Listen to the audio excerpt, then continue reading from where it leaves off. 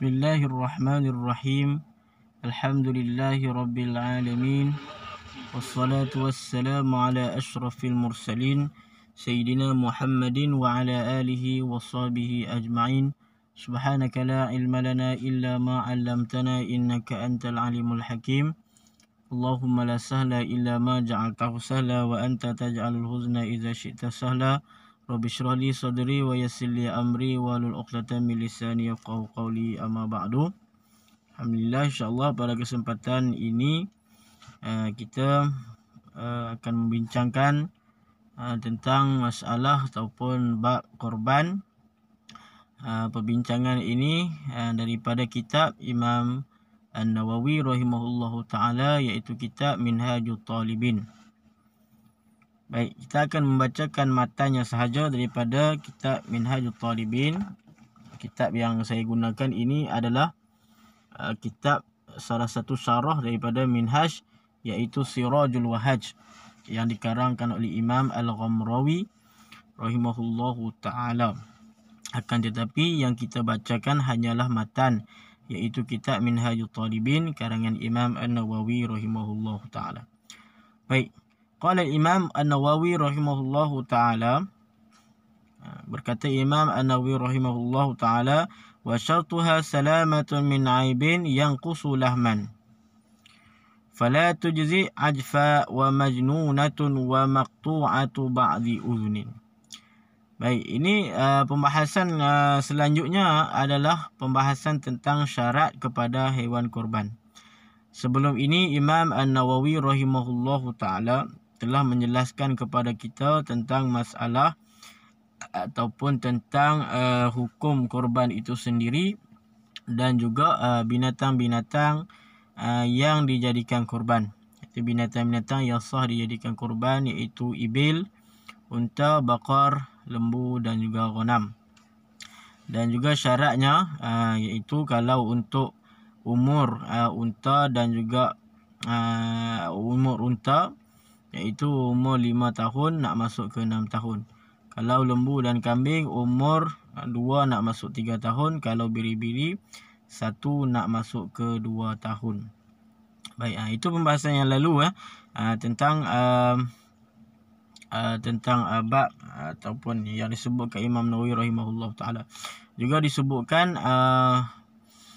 tentang pembahagian seekor lembu dan seekor unta boleh musyarakah ataupun berkongsi padanya untuk 7 orang.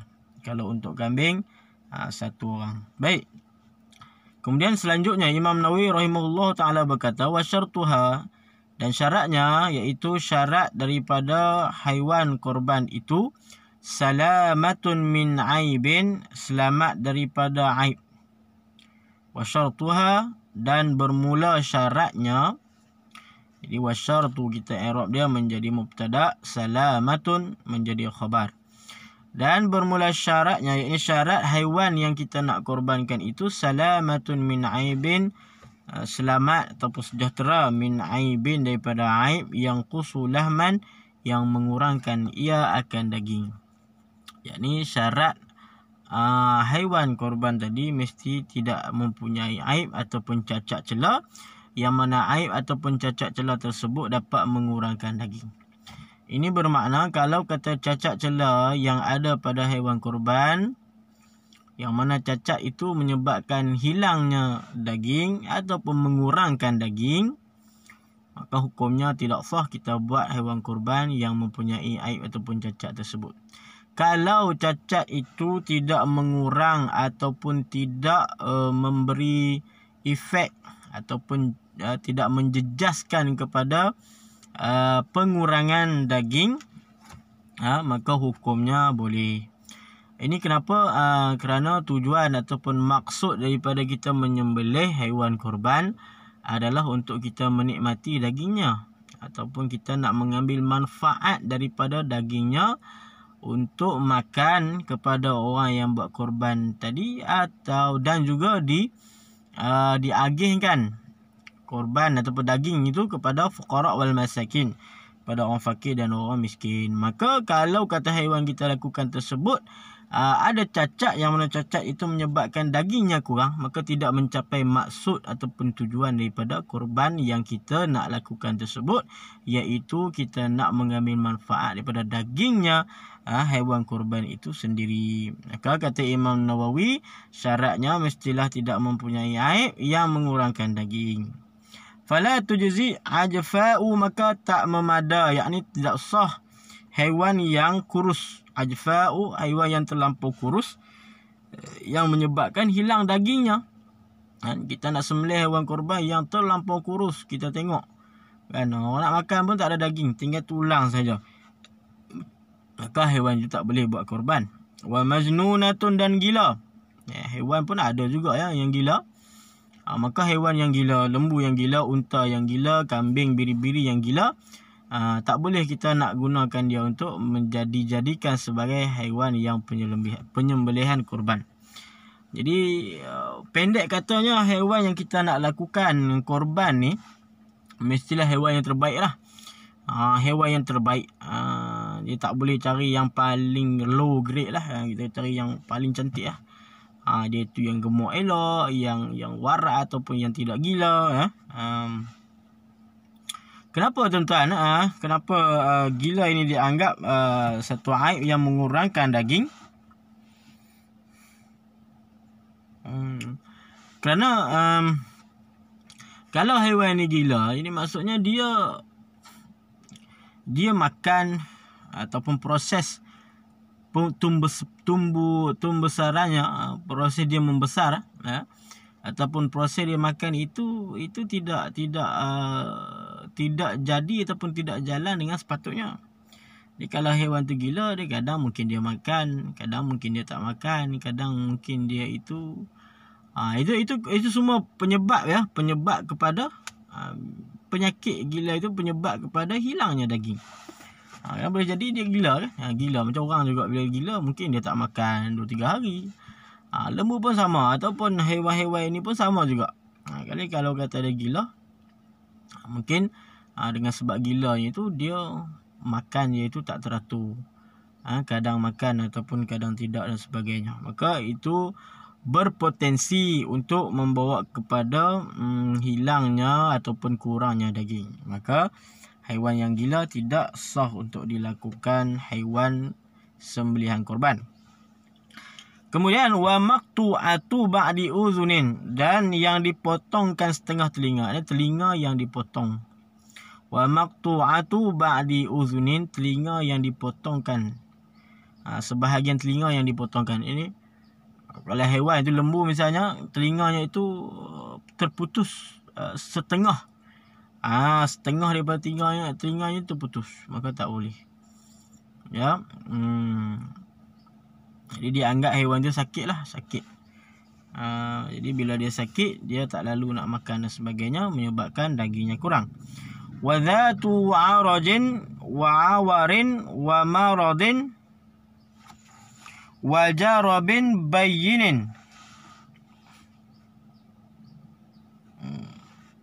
Dan yang patah kaki ataupun yang tempang kakinya, arajin, wa awarin, dan yang buta, wa maradin, dan yang sakit, wa jarabin bayyinin, dan yang kurap, yang ada kurap yang jelas kurapnya tersebut. Jadi ini juga tidak sah untuk dilakukan penyembelihan korban. Jadi kaki, misalnya kakinya itu patah sebelah ataupun capik istilahnya, ataupun kita kata tempang, kaki tempang ataupun terus patah kakinya tersebut, menyebabkan dia itu sakit. Maka boleh sebab kepada kurangnya daging haiwan tersebut. Maka tak boleh lembu ataupun haiwan korban itu yang kakinya patah sebelah, dua belah dan sebagainya. Wa awarin, dan yang buta, buta sebelah mata ataupun buta kedua-duanya. Ini tak boleh juga, tak boleh buta Jadi dianggap cacat lah. Buta tu dianggap cacat, maka tak boleh, tak sah untuk jadi haiwan sembelihan korban. Wa maradin, dan sakit. Ini sakit di sini sakit yang teruk lah. Sakit yang teruk yang sehingga menjedaskan kesihatan dan pemakanan daripada haiwan tersebut. sakit yang terlampau teruk. Kalau kata dia sakit sedikit yang mana tidak menjejaskan kesihatan dan pemakanan dan juga tidak ada efek pada berat badan dan juga dagingnya tersebut, maka hukumnya boleh lah. Kalau sakit ini sakit yang teruk ya, disebutkan dalam syarah-syarah ni, sakit ni sakit yang teruk. Sakit yang teruk, sakit yang menjejaskan kesihatan, dapat menjejaskan daging, iaitu mengurangkan daging haiwan tersebut, maka tak boleh. Wa jarabin bayyinin, dan jarab kurap bayyinin yang jelas, yang nyata, kurap banyak, maka dianggap aib juga. Maka kesemua ini tidak sah haiwan korban tersebut dilakukan penyembelihan korban. Kemudian kata Imam Nawawi, wala yadurru yasiruha, dan tidak mudaratlah oleh sikitnya. Dan tidak mudarat oleh sikitnya keempat-empat tadi. Maksudnya kalau sikit tak apa. Kalau kata capik ataupun tempang sedikit sahaja lembu ataupun kambing tersebut. Jadi dalam kitab Iqna' disebutkan apa makna arus tempang ni. Kalau kata kita lepaskan haiwan korban dan juga kawan-kawan yang lain lah, kita lepas ke sekumpulan lembu. Tapi ada satu lembu ataupun kambing ini dia agak tempang kakinya. Tapi bila mana lembu-lembu kawanan dia yang lain itu berlari ataupun pergi ke satu tempat, bila dilepaskan, maka dia ini tidak ketinggalan jauh daripada kawan-kawan dia yang tadi tu. Maka ulama mengatakan kalau dalam keadaan tersebut boleh. Boleh kalau dalam keadaan tersebut. Maksud dianggap tempang tapi tempang yang sedikit, maka dimaafkan lah. Tapi kalau tempang dan juga terus patah, tempang kakinya itu, sakit kaki ataupun terus patah kakinya itu, dengan maksud kalau kata kita lepaskan, dia ini tak boleh bergerak dah. Ataupun dia bergerak ni, dia tinggal, dia akan ketinggalan daripada kawan-kawan dia yang lain. Maknanya dia duduk belakang lah. Dia tak boleh nak ligan ataupun nak apa kita kata, dia nak ikut kepada kawanan dia yang lain tadi tu. Dalam kumpulan dia tak boleh. Jadi dia ketinggalan di belakang. Maka kalau macam tu ulama kata dihukumkan tak boleh. Jadi dia masuk kepada araj yang mudarat lah. Tapi kalau sedikit saja tak apa, tak ada masalah. Begitu juga lah buta ataupun juling juling mata yang sedikit tak apa. Tapi kalau terus buta, dia tak nampak tu, tu tak boleh. Walaupun butanya tu hanya sebelah, apalagi buta dua belah, tak boleh. Tapi kalau dia juling sahaja, maksudnya dia masih nampak tapi juling sedikit saja, matanya tak buta, maka hukumnya boleh. Begitu juga marad, sakit kita dah sebut tadi, sakit yang sedikit. Sakit sedikit maksudnya dia ini sakit. Lembu ataupun kambing, binatang korban kita nak buat korban tu sedikit sakit, tapi dia itu masih boleh diterima. Maksudnya kalau kata sakitnya itu tidak teruk ataupun tidak mengganggu kesihatannya dan juga tidak mengganggu sistem pemakanannya. Maksudnya makan pun masih makan, boleh makan seperti biasalah, maka boleh. Dan juga kurap yang sedikit pun boleh. Jarabin bayyinin tak boleh. Tapi kalau jarabin yasirin, kurap yang sedikit tak apa. Kerana kurap sedikit itu dia tidak memberi efek ataupun tidak memberi kesan kepada pengurangan daging haiwan tersebut. Maka semua itu kalau kata sedikit tak apa. Sah, yakni sah untuk dilakukan sembelihan korban. Kemudian wala faqdu qarnin, dan tidak sah faqdu qarnin, kehilangan tanduk. Kehilangan tanduk, patah misalnya tanduknya tersebut, maka tak boleh dibuat binatang korban itu dibuat untuk kita sembelihan korban. Jadi kata dalam syarah ini, dia kata khilqatan au kasran ma lam ya'ib al-lahma, wala yadur, bukan mudarat, maksudnya sah. Jadi wala faqdu ini kita atah dia, kita atah dia kepada wala yaduru yasiruha. Jadi kita atah ke situ. Jadi wala yaduru faqdu qarnin, tidak mudaratlah oleh ketiadaan tanduk. Tak apa, kalau kau lembu biasanya lembu ataupun kambing lah. Kalau unta ni tak ada tanduk kan. Lembu ataupun kambing ataupun biri-biri yang mempunyai tanduk sah, yang tak mempunyai tanduk pun sah. Sah kita buat korban. Okey, sebab tak mempunyai tanduk tu dia tidak memberi efek ataupun kesan kepada pemakanan ataupun kita katakan kekurangan daripada dagingnya. Jadi tak mempunyai tanduk itu sama ada khilqatan, maksudnya secara dia lahir tu memang dia tak ada tanduk. Memang dia jenis lembu ataupun kambing yang tidak mempunyai tanduk, ataupun kisran, ataupun pecah ataupun patah tanduknya tersebut. Ada tanduk, dilahirkan dalam bentuk ada tanduk, tiba-tiba tanduknya itu patah, terkena ikutlah terkena benda-benda yang menyebabkan tanduknya tersebut patah. Bila tanduknya patah, asalnya ada tanduk, kemudian tanduknya patah, boleh ataupun tidak kita lakukan lembu ataupun kambing itu sebagai hewan korban? Jawabnya sah, ataupun boleh dilakukan korban. Tapi dikaitkan malam ya'ib al-lahma, selagi mana dia tidak mengaibkan daging lah, maksudnya tak ada kesan lah, tak ada efek kepada daging tu. Tapi kalau ada efek dagingnya tak boleh juga. Itu maksudnya. Selama mana tidak memberi efek, tidak memberi kesan kepada pengurangan daging.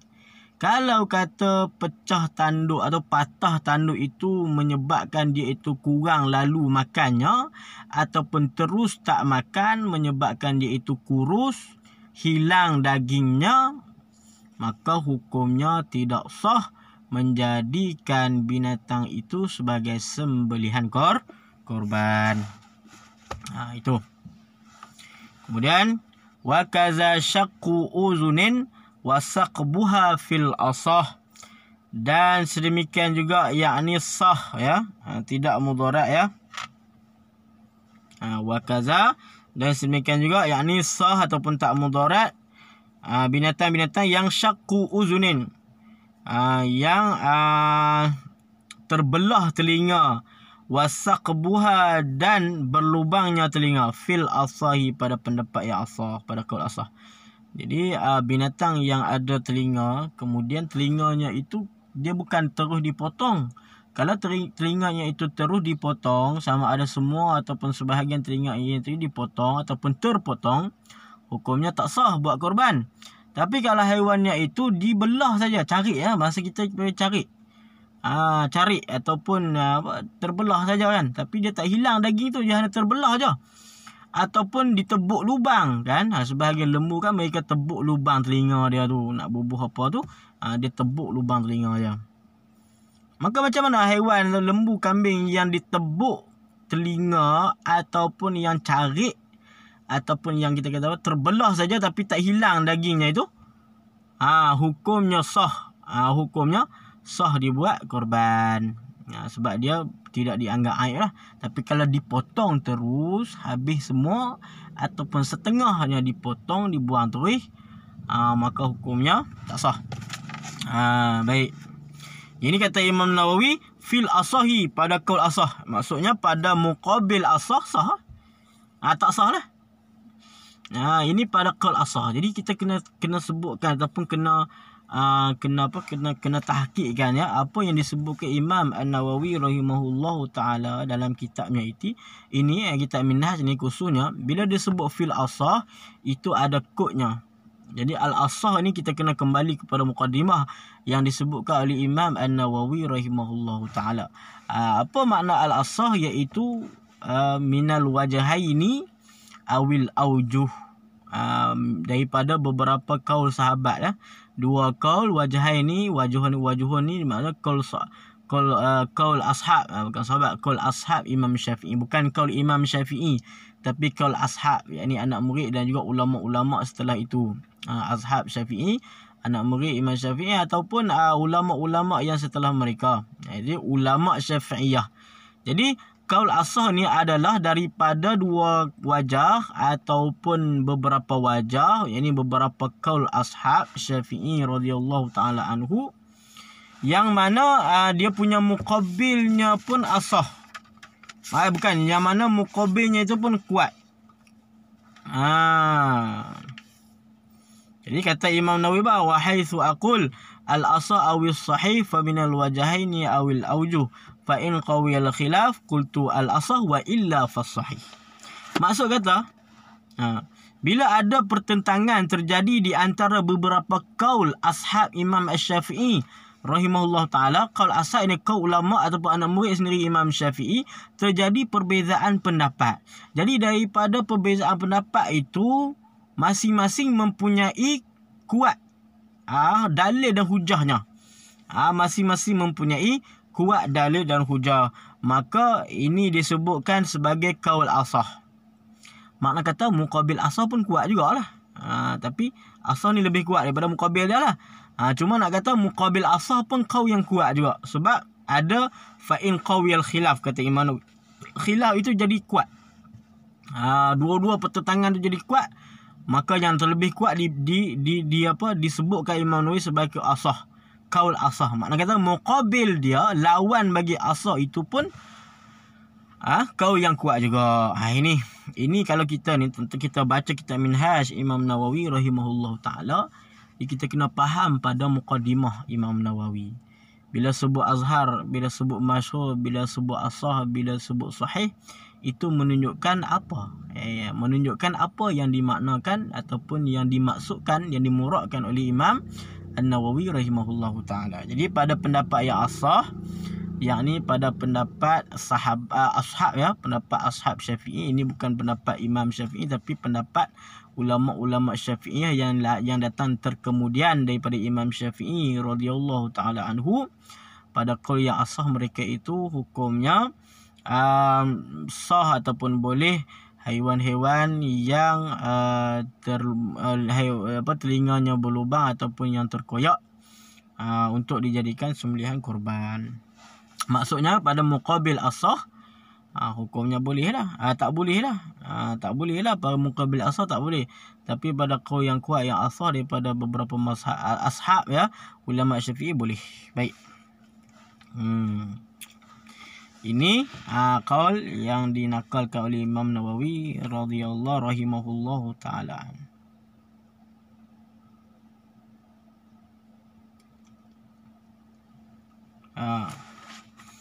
Qultu, kata Imam An-Nawawi rahimahullahu ta'ala, as-sahihul mansus. Baik.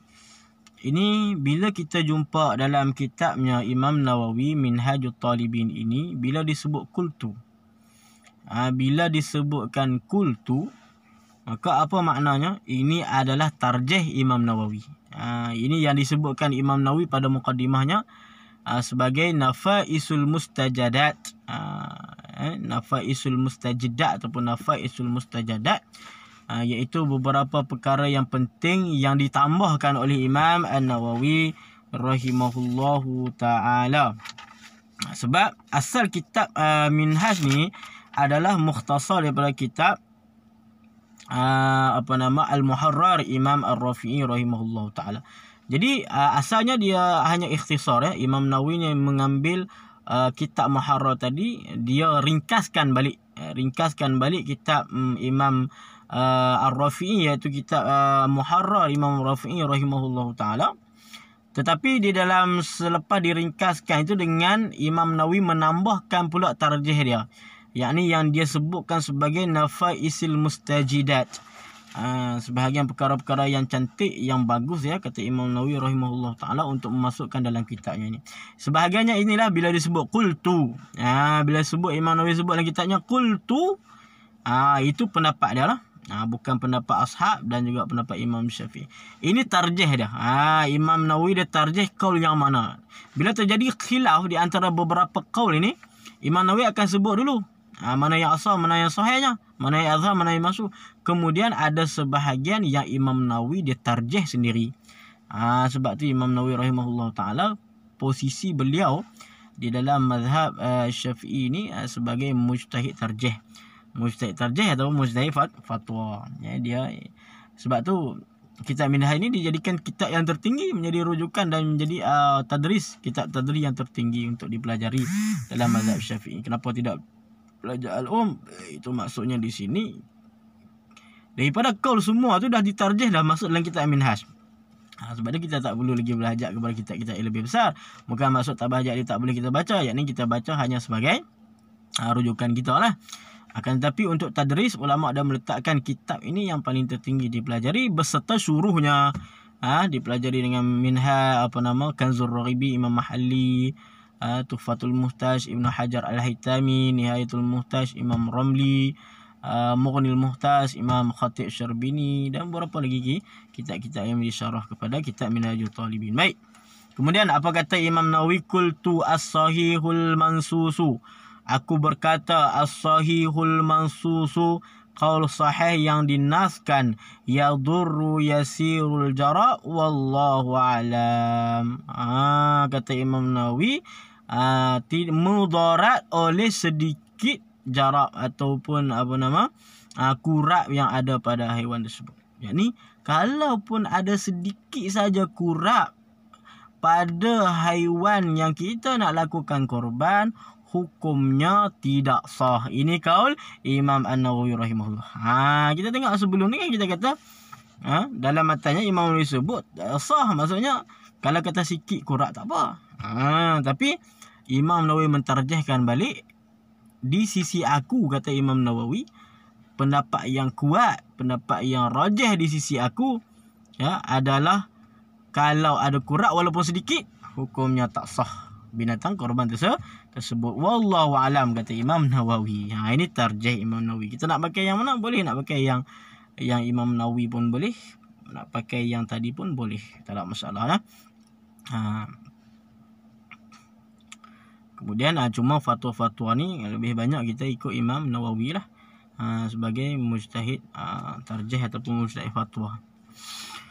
Kemudian kata Imam Nawawi, wa yadkhulu waqtuha idza irtafa'at asy-syamsu karumhin yauman nahri summa madha qadru rak'atain. Ini dah kita habis dah pembahasan tentang bab haiwan tadi, syarat-syaratnya.